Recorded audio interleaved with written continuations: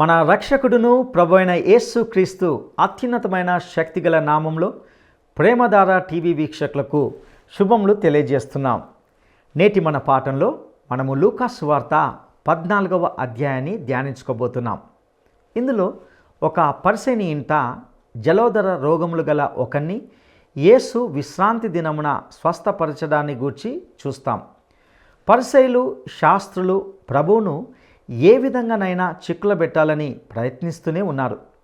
తనను తాను తగ్గించుకున్నవాడు హెచ్చించబడతాడని, తనను తాను తగ్గించుకున్నవాడు హెచ్చించబడతాడని, తనను తాను హెచ్చించుకున్నవాడు తగ్గించబడతాడనే గొప్ప సూత్రాన్ని ప్రభువు చెప్పిన సందర్భాన్ని ఇందులో చూడబోతున్నాం. స్వంత ఘనతను కోరేవారు, సన్మానాలు చేయించుకునేవారు ఎప్పుడో ఒకప్పుడు అవమానానికి గురికాక తప్పదని వింటాం. నీవు ఎవరికైనా ఉపకారం చేస్తే ప్రత్యుపకారంను ఆశించవద్దనే సత్యాన్ని ఇందులో గ్రహిస్తాం. నీకు ప్రత్యుపకారం చేయలేని వారికే సహాయం చేయాలని, అప్పుడే పరోపకారం అంటే ఏమిటో అర్థమవుతుందని తెలుసుకుంటాం. అది దేవునికి మహిమకరంగా కూడా ఉంటుంది. దేవుని రాజ్యంలో భోజనం చేయువాడు ధన్యుడని ప్రభువు చెబుతూ, ఒక మనుషుడు ఒక గొప్ప విందు చేయించి అనేకులను పిలిచినప్పుడు సాకులు చెప్పిన 3 మనుషుల వైనాన్ని ఇందులో గమనిస్తాం. అప్పుడు ఆ విందు యజమాని స్పందించిన విధానాన్ని కూడా ఇందులో గమనిస్తాం. మరియు ప్రభువును వెంబడించే శిష్యుని యొక్క అర్హతలను గూర్చి ఇందులో విపులంగా చెప్పబడింది. ఇక ఇందులోని శ్రేష్టమైన సత్యాలను తెలుసుకోవడానికి మనము సిద్ధపడదామా? క్రీస్తునందు ప్రియ సోదరీ సోదరులారా, బావున్నారా? ఆయురారోగ్యములు కలిగి క్రీస్తునందు మనం ఆనందించాలి అన్నదే మన దేవుని చిత్తం. సరే, మీ బైబిళ్లు తెరవండి. ఈరోజు మనం లూకా సువార్త 14వ అధ్యాయం ధ్యానించుకోగోరుతాము. సావధానంగా వినండి. విశ్రాంతి దినమున ఆయన భోజనము చేయడానికి పరిసయ్యుల అధికారులలో ఒకని ఇంటిలోనికి వెళ్ళినప్పుడు ఆయన ఏమి చేస్తాడో అని వారాయనను కనిపెట్టి చూస్తున్నారు. అప్పుడు జలోదర రోగము గల ఒకడు ఆయన ఎదట ఉన్నాడు. యేసు ధర్మశాస్త్రోపదేశకులను పరిసయ్యులను అడిగాడు, విశ్రాంతి దినమున స్వస్థపరచడము న్యాయమా కాదా? వారు ఊరుకున్నారు. అప్పుడాయన వాణ్ణి చేరదీసి స్వస్థపరిచి పంపివేసి, మీలో ఎవని గాడిద అయినా ఎద్దైనా గుంటలో పడిన ఎడల విశ్రాంతి దినమున దానిని పైకి తీయడా? ఈ మాటలకు వారు ఉత్తరము చెప్పలేకపోయారు. శ్రోతలు వింటున్నారా? పరిసయ్యుడు యేసును ఎందుకు భోజనానికి పిలిచాడు? ఆయనలో, ఆయన మాటలలో ఏదైనా తప్పు చిక్కించుకుందాము అనే దుర్బుద్ధితో యేసుని పిలిచాడు. ఆయన మీద ప్రేమ ఉండి కాదు. ప్రభువును మాటల్లో ఎలాగైనా చిక్కించుకోవాలని పరిసయ్యులు శాస్త్రులు వ్యూహరచనలు చేస్తున్నారు. అక్కడే జలోదర రోగమున్న ఒక వ్యక్తిని తెచ్చిపెట్టారు. యేసే మొదట ప్రశ్న అడిగాడు, విశ్రాంతి దినమందు స్వస్థపరచటము న్యాయమా కాదా? దీనికి వారెవ్వరూ జవాబు చెప్పకుండా మౌనంగా ఉండిపోయారు. జవాబు చెప్పడానికి భయపడ్డారు. సబ్బాతు దినమే అయినా ఎద్దుగాని గాడిదగాని గుంటలో పడిపోతే చూస్తూ ఊరుకుంటారా? వెంటనే దాన్ని బయటికి తీస్తారు గదా. అలాంటప్పుడు ఒక రోగిని సబ్బాతు దినమందు బాగుచేస్తే అది నేరమా? సబ్బాతునాడు నీ కారు టైరు పంచరైతే బాగు చేసుకోవా? నేను జలోదర రోగిని సబ్బాతునాడు బాగుచేయటంలో తప్పేమీ లేదు అని ప్రభువు వారికి స్పష్టం చేశాడు. భోజన సమయంలో ఇదొక వివాదం తలెత్తింది. 7వ వచనం, పిలువబడిన వారు భోజన పంక్తిలో అగ్రపీఠములు ఏర్పరచుకోవడము చూచి ఆయన వారికి ఒక ఉపమానం చెప్పాడు. నిన్ను ఎవడైనా పెండ్లి విందుకు పిలిచినప్పుడు అగ్రపీఠము మీద కూర్చోవద్దు. ఒకవేళ నీకంటే ఘనుడు అతని చేత పిలువబడగా నిన్ను అతణ్ణి పిలిచినవాడు వచ్చి ఇతనికి చోటివ్వు అని నీతో అంటాడు. అప్పుడు నీవు సిగ్గుపడి కడపటి చోటున కూర్చోసాగుతావు. అయితే నీవు పిలువబడినప్పుడు నిన్ను పిలిచినవాడు వచ్చి, స్నేహితుడా, పైచోటికి పో అని నీతో చెప్పేలాగున నీవు పోయి కడపటి చోటున కూర్చో. అప్పుడు నీతో కూడా కూర్చుండేవారి ఎదట నీకు ఘనత కలుగుతుంది. తనను తాను హెచ్చించుకునేవాడు తగ్గించబడతాడు, తనను తాను తగ్గించుకునేవాడు హెచ్చించబడతాడు. ప్రియశ్రోత, వింటున్నావా? అగ్రపీఠాన్ని ఆక్రమించాలని ప్రతి ఒక్కరికీ ఉబలాటం. అగ్రపీఠములు ముందుగా అమర్చి ఉంటాయి. ప్రధాన అతిథులకు అగ్రపీఠాలు కేటాయించబడి ఉంటాయి. గొప్పవారికి, ఉన్నతమైన అంతస్తుకు చెందిన వారికి అగ్రపీఠాలుంటాయి. ఎవరు పడితే వారు కూర్చోకూడదు. కూర్చున్నా వారిని లేపవచ్చు. మొదటి వరుసలో ఈ విధంగా సీట్లు ప్రత్యేకించబడి ఉంటాయి. అగ్రపీఠాల కోసం ఈ పరిసయ్యులు ఎగబడతారు. నీ అంతట నీవే అగ్రపీఠంలో కూర్చుంటే ఆ తరువాత నిన్ను అక్కడ్నుంచి లేపుతారు. నీకది అవమానకరం. ముందే నీవు కడపటి పీఠం మీద కూర్చుంటే యజమాని నిన్ను పైకి రమ్మంటే అది నీకెంతో గౌరవం. నిన్ను నీవు ఘనపరుచుకోవాలి అంటే నీకు అవమానమే. స్వంత ఘనతను కోరేవారు, సన్మానాలు చేయించుకునేవారు ఎప్పుడో ఒకప్పుడు అవమానానికి గురికాక తప్పదు. 12వ వచనం, యేసు తనను పిలిచిన వానితో అన్నాడు, నీవు పగటి విందైనా రాత్రి విందైనా చేసేటప్పుడు నీ స్నేహితులనైనా, సహోదరులనైనా, నీ బంధువులనైనా, ధనవంతులైన నీ పొరుగువారినైనా పిలువవద్దు. వారు ఒకవేళ నిన్ను పిలుస్తారు గనుక నీకు ప్రత్యుపకారం కలుగుతుంది. అయితే నీవు విందు చేసేటప్పుడు బీదలను, అంగహీనులను, కుంటివారిని, గుడ్డివారిని పిలువు. నీకు ప్రత్యుపకారము చేయడానికి వారికేమీ లేదు గనక నీవు ధన్యుడివవుతావు. నీతిమంతుల పునరుత్థానమందు నీవు ప్రత్యుపకారం పొందుతావు. శ్రోత, నీవు వారిని నీవు పరస్పరం అభినందించుకోవడం లోకంలో పరిపాటి. నీవు వారిని విందుకు పిలిస్తే వారు నిన్ను పిలుస్తారు. లావాదేవీలు ఈ లోకంలో ఇలాగే ఉంటాయి. నీవు ఎవరికైనా ఉపకారం చేస్తే ప్రత్యుపకారాన్ని ఆశించవద్దు. ఉపకారం చేసి ఆ సంగతే మరిచిపో. నీకు ప్రత్యుపకారమేమీ చెయ్యలేని వారికే సాయం చెయ్యి. అప్పుడే నీ పరోపకారం అర్థవంతమవుతుంది. నీ స్వంత వారిని పిలువవద్దని కాదు గాని అడపాదడపా ప్రతిఫలాపేక్ష లేని ఉపకార క్రియలు మనం చేస్తూ ఉంటే అది దేవునికి మహిమ. ప్రభువు చెబుతున్న దానికి ఎవరూ ఎదురాడలేదు. పరిసయ్యుల విధానాలను వారి ముఖమెదుటే ఆయన సరిదిద్దాడు. వారికి గొప్ప హితబోధ చేశాడు. 15వ వచనం నుండి, ఆయనతో కూడా భోజన పంక్తిని కూర్చుండిన వారిలో ఒకడు ఈ మాటలు విని ఆయనతో అన్నాడు, దేవుని రాజ్యములో భోజనము చేసేవాడు ధన్యుడు. ఆయన అన్నాడు, ఒక మనుష్యుడు గొప్ప విందు చేయించి అనేకులను పిలిచాడు. విందుకాలమందు అతడు ఇప్పుడు సిద్ధమై ఉన్నది రండి అని పిలువబడిన వారితో చెప్పడానికి తన దాసుణ్ణి పంపాడు. అయితే వారందరూ ఏక మనస్సుతో నెపములు చెప్పసాగారు. మొదటివాడన్నాడు, నేనొక పొలం కొనుక్కున్నాను, అవశ్యముగా వెళ్లి దాన్ని చూచుకోవాలి, నన్ను క్షమించుమని నిన్ను వేడుకుంటున్నాను. మరి ఒకడన్నాడు, నేను 5 జతల ఎద్దులను కొనుక్కున్నాను, వాటిని పరీక్షించడానికి వెడుతున్నాను, నన్ను క్షమించాలని వేడుకుంటున్నాను. మరొకడన్నాడు, నేనొక స్త్రీని వివాహం చేసుకున్నాను, అందుచేత నేను రాలేను.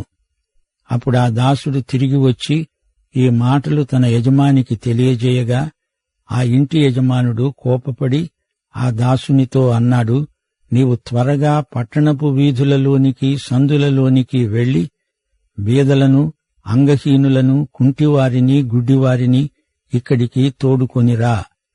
అంతటా దాసుడన్నాడు, ప్రభువా, నీవు ఆజ్ఞాపించినట్లే చేశాను గాని ఇంకా చోటున్నది.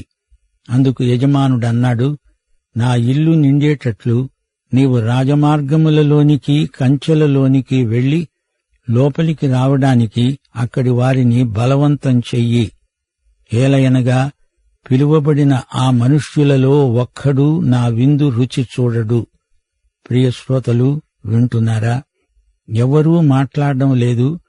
అప్పుడొకడు ఏదో అనాలని తనకు తోచిన మాట అనేశాడు. దేవుని రాజ్యములో భోంచేసేవారు ధన్యులు. ఎందుకు ఆ మాట అన్నాడు? అతనికే తెలియదు. భక్తిగలవాడిలాగా ఏదో మాట అన్నాడు, అంతకు మించి మరేమీ లేదు. ఏదీ అనడానికి తోచకపోతే దేవునికి స్తోత్రము అనైనా అంటారు. ఒకసారి అంటే బాగుంది, మరీ అంటే దానికి పలువురు పలు విధాల అర్థం చెబుతారు. హృదయంలో నోటిలో దేవునికి స్తోత్రం ఉండడం మంచిదే, గాని భక్తి నటనే బాగాలేదు. అప్పుడు యేసు ప్రభు అతనికి ఒక పాఠం నేర్పగోరి ఒక అర్థవంతమైన ఉపమానం చెప్పాడు. విందుకు కొందరిని ముందుగా ఆహ్వానించటం జరిగింది. పిలవటానికి దాసుణ్ణి పంపించారు. విందు సిద్ధంగా ఉంది, వెంటనే రండి అని కబురు. అలాగే దేవుడు రక్షణ కోసమై అందర్నీ పిలిచాడు. పైగా దైవసేవకులు వచ్చి వ్యక్తిగతంగా రావలసిందని హెచ్చరిస్తున్నారు. వచ్చిన వారిని నేనెంతమాత్రమూ తోసివేయను అంటున్నాడు ప్రభువు. సువార్త విందుకు ఉచిత ఆహ్వానం. ఇది డబ్బుతో కొంటే వచ్చేది కాదు. రక్షణ విందుకు పిలుపు కేవలం దేవుని కృపే. ఇందులో నీ అర్హత యోగ్యత ఏమాత్రమూ లేదు. ఎఫెసీ పత్రిక 2వ అధ్యాయం 8-9 వచనాలు. మీరు విశ్వాసము ద్వారా కృపచేతనే రక్షించబడి ఉన్నారు. ఇది మీ వలన కలిగినది కాదు, దేవుని వరమే. క్రియల వలన కలిగినది కాదు, ఇది కేవలము దేవుని వరం. ఎందుకు ఆహ్వానం దేవుని వరం? ఎందుకంటే దేవుడు మనలను రక్షించడానికి తన కృపచేత పిలుపిస్తున్నాడు. మనము విశ్వాసము చేత ఆ పిలుపుకు లోబడుతున్నాము. ఆహ్వానాన్ని తిరస్కరించిన వారు పరలోకానికి తమను తామే దూరపరుచుకుంటున్నారు. ఆ వ్యక్తి ఏదో ఊరికే అన్నాడు, దేవుని రాజ్యములో భోజనమారగించిన వాడు ధన్యుడు. ఏం మాట్లాడుతున్నావు? విందు భోజనమంటే ఏమిటో నీకు తెలుసా? ఈ ఉపమానం విను అంటూ ప్రభువు అతనికి విందును గురించిన ఉపమానం బోధించాడు. విందు పిలుపును ప్రజలు ఏ విధంగా నిర్లక్ష్యం చేస్తారో ఈ ఉపమానంలో ప్రభువు విశదం చేస్తున్నాడు. పిలుపునందుకున్న మొదటివాడు రాను అని చెబుతూ తనను తాను సమర్థించుకోవడానికి అబద్ధం చెబుతున్నాడు. అసలు సంగతేమిటంటే విందుకు రావటం ఇష్టం లేదు. పొలం కొనుక్కున్న తరువాత చూచుకుంటాడట. మరి పొలం చూచుకొని కొనలేదా? అంతా అబద్ధం, సాకు, మిష అంతే. మరొకడేమో 5 జతల ఎద్దులను కొన్నాడట. ఇప్పుడు పోయి వాటిని చూచుకుంటాడట. ముందు ఎద్దులను చూచుకొని కొనలేదా? ఈ సాకుకు అసలు అర్థమే లేదు. ఇక మూడోవాడు ఈ ఇద్దరినీ మించిపోయాడు. క్షమించమని కూడా అడగకుండా నాకు పెళ్ళయింది, నేను రాలేను అన్నాడు. ఈ ముగ్గురే నెపములు చెప్పడంలో ఒకరినొకరు మించిపోయారు. మొదటి వ్యక్తి ఆస్తి, రెండో వ్యక్తి వ్యాపారం, మూడో వ్యక్తి సంసారం. 3 రకాల సాకులు. వీరికి తీరిక లేదు. దేవునితో గడపడానికి వీరికి ఒక్క క్షణం కూడా సమయం చిక్కటం లేదు. వ్యాపారం నీవు చనిపోయాక కూడా కొనసాగుతుంది గాని నీ నిత్యత్వం భయంకరమవుతుంది. ధర్మశాస్త్రం ప్రకారం పెళ్లి చేసుకున్నవాడు 1 సంవత్సరం పాటు భార్యతో గడపాలి. అతడు యుద్ధానికి వెళ్లనక్కర్లేదు. అయితే ఇక్కడ విందుకు రాలేను అంటాడేమిటి? తన భార్యను కూడా వెంటబెట్టుకుని రావచ్చు గదా. కుటుంబం కోసం, భార్య కోసం, పిల్లల కోసం దేవుణ్ణి పోగొట్టుకోవడం శోచనీయం.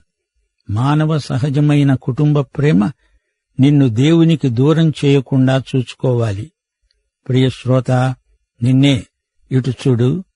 నీకు నీ దేవునికి మధ్య ఏది అడ్డమొచ్చినా దాన్ని తొలగించుకునే కృప నీకు కావాలి. ఏ విధంగానైనా సరే అతడు భార్యను ఒప్పించి విందుకు తెచ్చి ఉంటే ఎంతో బాగుండేది. గాని అలా చేయలేకపోయాడు. ఆశీర్వాదాలన్నిటినీ అతడు కోల్పోయాడు. యేసు రక్తంతో రాయబడిన ఆహ్వాన పత్రిక నీకు పంపబడింది. విందుకు వస్తావా రావా? సాకులు చెప్తావా? సాకులన్నీ కుంటి సాకులే. నీవు దేవుని ఆహ్వానాన్ని తిరస్కరిస్తే ఆయన నిన్ను తిరస్కరించాల్సి వస్తుంది.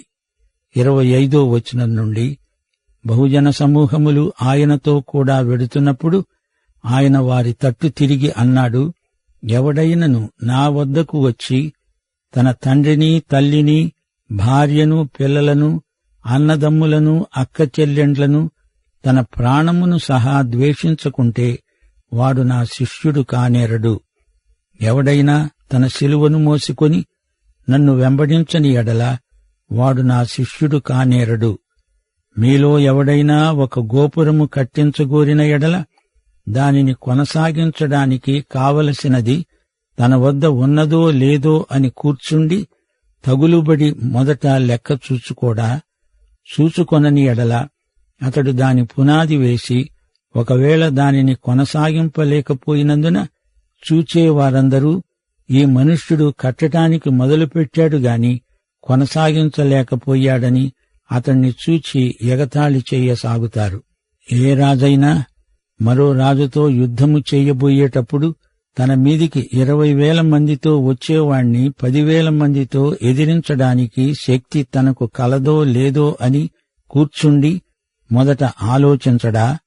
శక్తి లేని ఎడల అతడింకా దూరముగా ఉన్నప్పుడే రాయబారము పంపి సమాధానము చేసుకోవాలని చూస్తాడు గదా. ఆ ప్రకారమే తనకు కలిగినదంతా విడిచిపెట్టని వాడు నా శిష్యుడు కానేరడు. ఉప్పు మంచిదే కాని ఉప్పు నిస్సారమైతే దేనివలన దానికి సారము కలుగుతుంది? అది భూమికైనా ఎరువుకైనా పనికిరాదు గనుక దానిని బయట పారేస్తారు. వినడానికి చెవులు గలవాడు వినుగాక. ప్రియశ్రోత, వింటున్నావా? ఈ అధ్యాయంలోని ఉపమానాలు శిష్యత్వాన్ని గురించినవి, ఎంతో అర్థవంతమైనవి.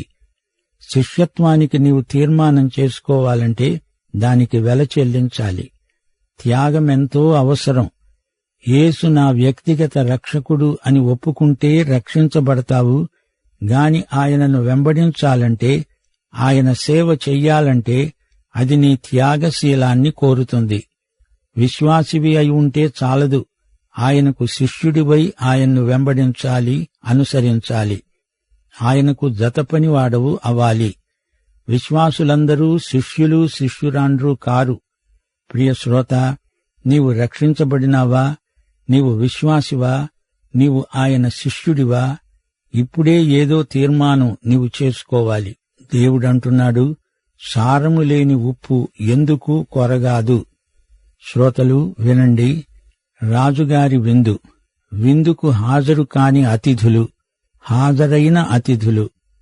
ఈ విషయాలు వింటూ ఉంటే మీకేమనిపిస్తోంది? ఆ విందు యూదులకు మాత్రమే పరిమితమని వారనుకున్నారు. విందు రోజు రాకముందే ఆహ్వానాలు పంపబడతాయి.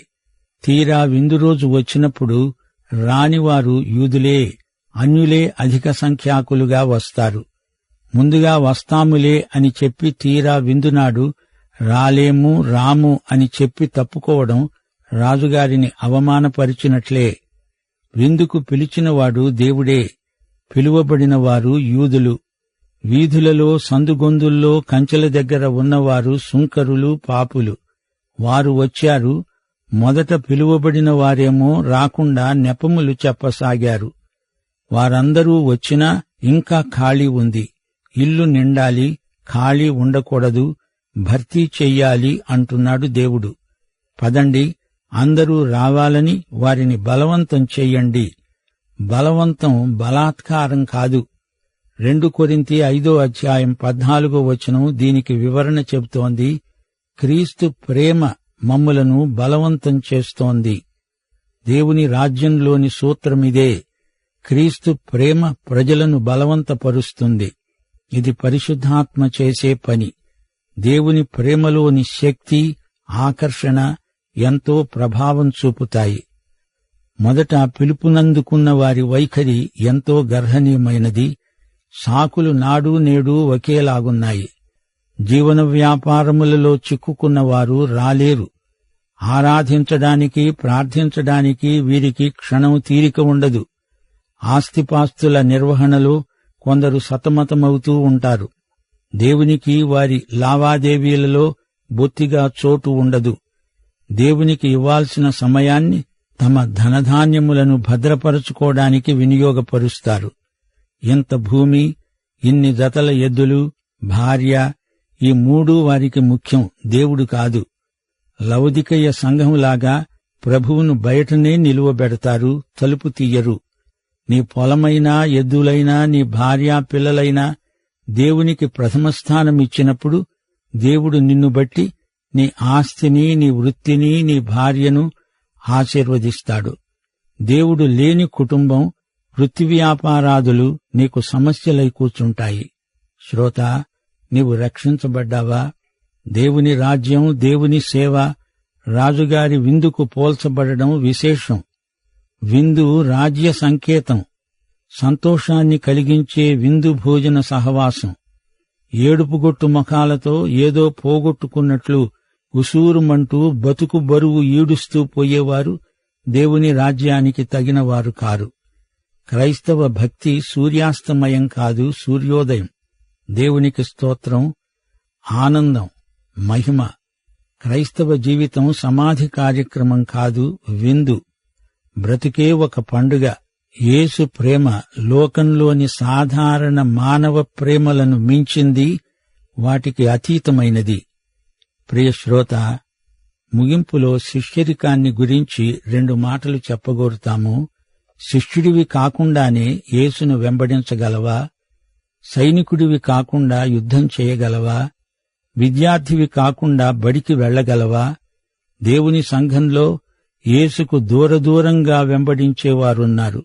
శ్రోత, నీ సంగతేమిటి? గోపురం కట్టి ముగించాలి, యుద్ధంలో జయించాలి, లేకపోతే అది నీకు కాదు, ప్రభువుకు అవమానం. అలాగే వివాహం కూడా. వైవాహిక జీవితానికి భార్యాభర్తలిద్దరూ త్యాగానికి సిద్ధపడాలి. నిన్ను పిలిచినవాడు నమ్మదగినవాడు. ఉప్పు క్రైస్తవ జీవితానికి అర్థవంతమైన సంకేతం. దేవుని సంఘం తన చుట్టూరా లోకంలో ఉన్న కుళ్ళును అరికట్టే ఉప్పు, సారముగల ఉప్పు. జనజీవితంలో ఉప్పై విశ్వాసి క్రీస్తు రుచులను చూపించాలి. ఇదే ప్రభువు మన నుండి కోరుతున్నాడు. శ్రోత, నీవు రక్షించబడి ఆయన శిష్యుడివై ఆయనను వెంబడించాలని మేము ఆశిస్తున్నాము. నీవు ప్రభువును వెంబడిస్తూ ఉండగా అనేక ఆశీర్వాదాలు పొందుతావు. పాఠం ఇంతటితో సమాప్తం. ప్రభువైన యేసుక్రీస్తు వారి దివ్యకృప, తండ్రి అయిన దేవుని పరమప్రేమ, పరిశుద్ధాత్మ యొక్క అన్యోన్య సహవాసము, సమాధానము మనకందరికీ సదాకాలము తోడై ఉండునుగాక. ఆమేన్. ప్రియులారా, ఇంతవరకు మనము లూకా సువార్త 14వ అధ్యాయం నుండి ఎన్నో శ్రేష్టమైన సత్యాలను విని ఉన్నాం. ముఖ్యంగా ఇందులో విందు భోజనానికి రమ్మని ఆహ్వానించిన కథలో ఎన్నో ఆధ్యాత్మిక సత్యాలు ఇమిడి ఉన్నాయని గ్రహించగలం. విందు యజమానిగా దేవుడు రక్షణ కోసమై అందరినీ రమ్మని పిలుస్తున్నాడు. సువార్త విందుకు ఉచిత ఆహ్వానం, రక్షణ విందుకు పిలుపు దేవుని కృపయే. ఇది డబ్బుతో కొంటే వచ్చేది కాదు. ఇందులో మన అర్హతకు ఎటువంటి సంబంధం లేదు. విశ్వాసం ద్వారా కృపచేతనే మనము రక్షించబడి ఉన్నాం. కాబట్టి ఎవ్వడు అతిశయించడానికి వీల్లేదు. దేవుడు మనలను రక్షించడానికి తన కృపచేత పిలుపునిస్తున్నాడు. మనము విశ్వాసము చేత ఆ పిలుపుకు లోబడాలి. ఆహ్వానంను తిరస్కరించిన వారు పరలోకానికి దూరం అవుతారు. ఆస్తి, వ్యాపారము, సంసారము అనే నెపములతో నేడు అనేక మంది ఇట్టి అవకాశాన్ని తృణీకరిస్తున్నారు. నీకు దేవునికి మధ్య ఏ అడ్డుబండ ఉన్ననో దానిని తొలగించుకొనుటకు ప్రయత్నం చేయాలి. లేనిచో దేవుని ఆశీర్వాదములను కోల్పోయే ప్రమాదం ఉంది. ప్రియ సహోదరుడా, సహోదరి, యేసును వెంబడించే శిష్యునిగా ఉండాలంటే ముందుగా నీవు తండ్రిని, తల్లిని, భార్యను, పిల్లలను, అన్నదమ్ములను, అక్క చెల్లెండ్లను తన ప్రాణమును సహితము ద్వేషించాలని నేర్చుకున్నాం. అలాగే మన సిలువను మోసుకొని యేసును వెంబడించుటకు మనము సిద్ధపడదామా? అట్టి కృప దేవుడు మనకు దయచేయునుగాక. దైవాశీస్సులు.